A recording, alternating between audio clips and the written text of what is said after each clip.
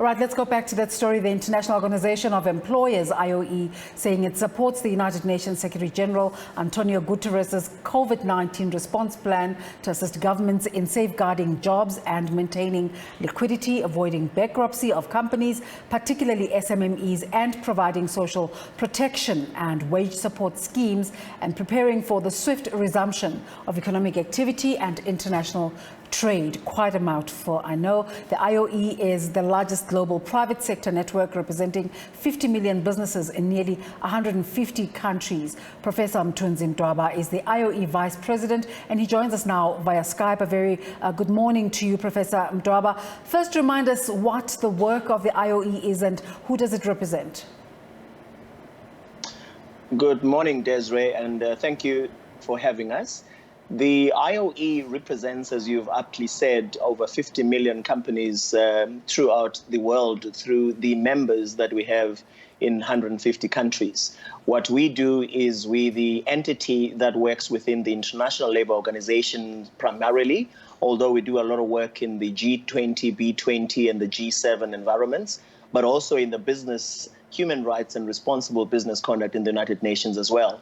So what has now happened is that all our members, large and small, particularly the small ones are the ones we have in mind here, appealed to us to make a plan and try and see how we can have a collaborative engagement and platform with all the sister organizations within the UN. Because the ILO is one of the largest entities within the UN system and the UN common system, and the only one that is tripartite in the sense that it works on the basis of social dialogue. So we work with trade unions from all over the world under the leadership of ITUC, based in Brussels, which is quite similar to the IOE. And we work with 187 member states in the ILO. It is felt that this crisis is the largest devastating, potentially, crisis we'll ever experience. And so people see this as a potential human disaster, humanitarian disaster, and that is why we've made this call to arms. One assumes that when you represent a base of 50 million businesses, you don't have to make a call. You can just mobilize funds and disperse. Not quite so easy. You must remember that we represent members and member business organizations like Business Unity South Africa, for example, in this country. And in the US, as an example, we represent the USCIB, one of the largest employer bodies in the world, based in New York.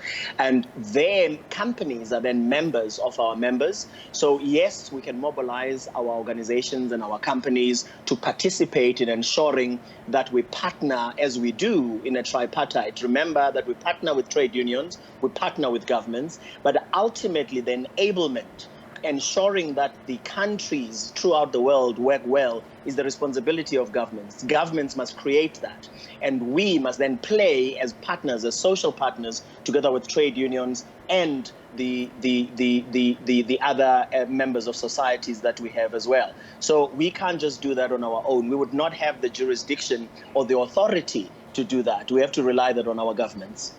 I know it's early days yet, but how have your members responded, and how will this conversation impact South Africa in particular?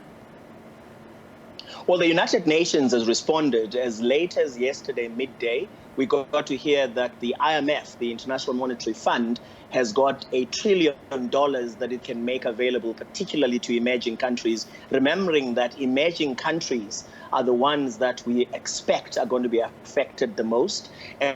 And we also heard last night that there's a coalition of DFIs that have come together, including the OECD and so on. So it's gathering a lot of momentum. But because we are working with a situation that is like quicksand, that's moving very fast, we're also trying to move as very fast as possible to galvanize as much collaborative and collective action as we possibly can, because the challenge that people tend to have is that we all go into our silos and we all work on an egotistical basis. And so far as South Africa is concerned, from a health perspective, I must say we've moved probably one of the best countries in the world. But in terms of the economic response, I fear that at the moment, I think we're still going on like headless chicken. It's speaking in my capacity as the chair of Productivity South Africa, for example, the only entity that is created in terms of the Employment Services Act under the auspices of the Department of Employment and Labour, we have had a program called Turnaround Solutions suspended for over a year because of monies that are not coming through.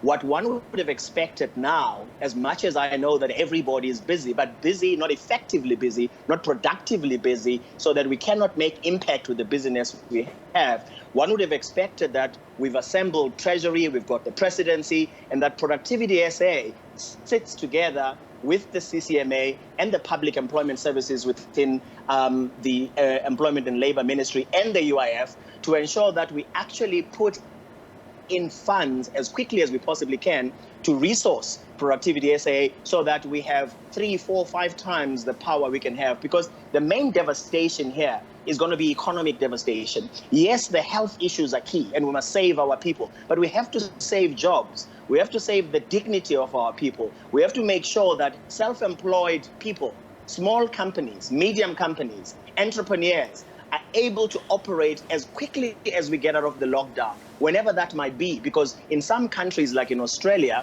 we are told that they're working on a 6-month lockdown. Now, imagine we have a 6-month lockdown in South Africa and there's no interventions in between. That for me is very worrying, because we need to find a way to balance the immediate short-term response, which we are getting, and we're getting excellently, as I've said, with the medium to long term of economic survival, ensuring that issues like the Sustainable Development Goals that everybody's been working on with a target for 2030 are not wasted in a matter of days, are not wasted in a matter of weeks, and we end up not being able to do anything to ensure that our people who die because of economic issues and lack of social justice actually have a much more exacerbated situation, which is what we project is going to happen. Correct me here, did you say $1 trillion is in the offing? How will we be able to monitor how this is dispersed? Well, $1 trillion is in the offing, but I think I also need to give a perspective. As of the last 3-4 days, we got wind of the fact that Rwanda on its own has already applied to the IMF, pre our call to arms, for $109 million US. Senegal, 3-4 days ago, had already applied for $221 million US. So $1 trillion might sound like a lot of money, but actually it isn't in terms of the world, particularly the emerging world. So the $1 trillion for us is a start. That's why we wanted the UN to be the one that ensures that everybody is galvanized, everybody is called to arms. We need to make interventions together, not as silos. So what we are hoping is going to happen is that some organizations throughout the world, including businesses for that matter, can come to the party now and say, okay, here's how we are contributing our additional whatever it is to the $1 trillion, because we need far more than that. This would only just scratch the surface, maybe in the next few weeks and so on. There are countries that are running out of money as we speak. I'm not going to mention their names because it's not public yet. So at the time that we decided to come up with this global call on behalf of all our companies throughout the world, the over 50 million that I'm talking about, it was because we were picking up that some countries are running out of cash in a matter of days. So the way it's going to be dispersed is that it's got to be done on a collective, collaborative situation where the criteria is very clear, but also, of course, we're also working on the rules of engagement, because you will know that the IMF, the World Bank, and all these organizations tend to have very rigid conditionalities that are associated with dispersing monies. We also have to make sure that there's flexibilities here, that as part of helping countries on a national level to have stimulus packages, that you also are sure and certain that there's a structured response, as flexible as it might be, but it must be a structured response that makes sense to everybody, that it will save jobs. It's not going to just be money that's going to be channeled and then it ends up leaving us exactly where we were before. So all of us are going to play our role and be highly active and have a clear consciousness on how we are going to do the best for humanity, not the best for our back pockets. Professor Mdwaba, how is the International Organization for Employers interacting with the political conversation around concerns around approaching multilateral organizations for funding, especially when terms are not clear? Well, the International Organization of Employers, I mean, in the next 20 minutes, I think, if I'm not wrong in terms of my time, because now I'm a bit out of sync with the time zones as I'm having this interview, the Secretary General of the IOE of our organization, the guy who works closely with me and the President, Ero Kiresepi, is actually going to go on a call, on a webinar, on a UN Global Compact convened webinar with the DG of the ILO, the International Labour Organization, Guy Ryder, and Sharon Barrows, who's the leader of ITUC, the largest trade union in the world, in which COSATU and FEDUSAs in South Africa are members. And they are busy, as we're speaking, coordinating this effort and making sure that we have the right kind of follow-ups, that governments understand that this is a time for them to work closely with us as social partners. This is a time when you don't throw away the rule book and not consult. This is a time when you expedite and use the rules in a far more flexible and in a far more user-friendly, solution-oriented manner, so that we can all be able, together as a tripartite in the multilateral environment, come up with a solution. So we're engaging as we speak. That's why I said it's like a quicksand. I mean, over the last 4 or 5 weeks, I've spent something like 7-8 hours in back-to-back video conferences in making decisions such as cancelling the governing body of the ILO, the first time in 101 years that we've had to do this. It should have been on the 11th to the 27th of March. And we're doing this together with the governments. A few days ago, we cancelled the International Labour Conference that last year was attended by, amongst others, Cyril Ramaphosa, our president, and many others, as we did our centenary celebration, attended by over 6,000 people. We just cancelled that together with the governments. So we engage directly with governments. And as I say, the ILO, in which I'm the president, I'm the vice president of the IOE into the ILO, and therefore I'm one of the 3 officers of the governing body of the ILO globally, worldwide, based in Geneva. We engage directly with those people in the World Health Organization, it's our sister organization, in the UN proper, in the UN Global Compact, in every part of the multilateral system. We engage and speak almost hourly all the time. We need to start wrapping, but the Minister of Labour has commended you for the cancellation of the 109th session of the ILO conference. Why was this decision taken? This decision was taken because of the pragmatic considerations we had to make. The pragmatic considerations that at the time, I was actually in Geneva 4 or 5 days before we made the decision, and I was coming home with an intention to go back. But as I was flying here, there was a case that we got in Geneva. We got a case in South Africa that came out of Italy. There was a case in Norway that came out of Italy. We started being very concerned.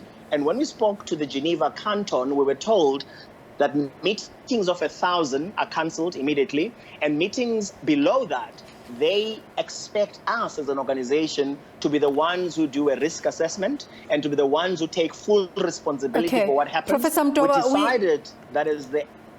We have to cut short our conversation, but just a quick one. Okay. Mr. Mthunzi Mdwaba has just tweeted that he's been released from hospital, a very important member in the space that you operate in.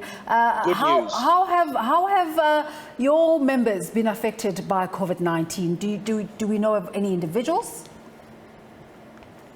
At the moment, no individuals that are our members, simply individuals that are amongst the groups of governments and trade unions we're working with, Mthunzi Mdwaba being one, the other one being Boris, the Prime Minister of the UK. The UK is a member of the ILO. And other than that, we don't have any personalities we can talk about at this moment. Thank you so much for talking to us today. Thank you for having us. Thank you so much. Professor Mthunzi Mdwaba is the VP of the International Organization for Employers, talking to us about their support for UN calls for the jobs.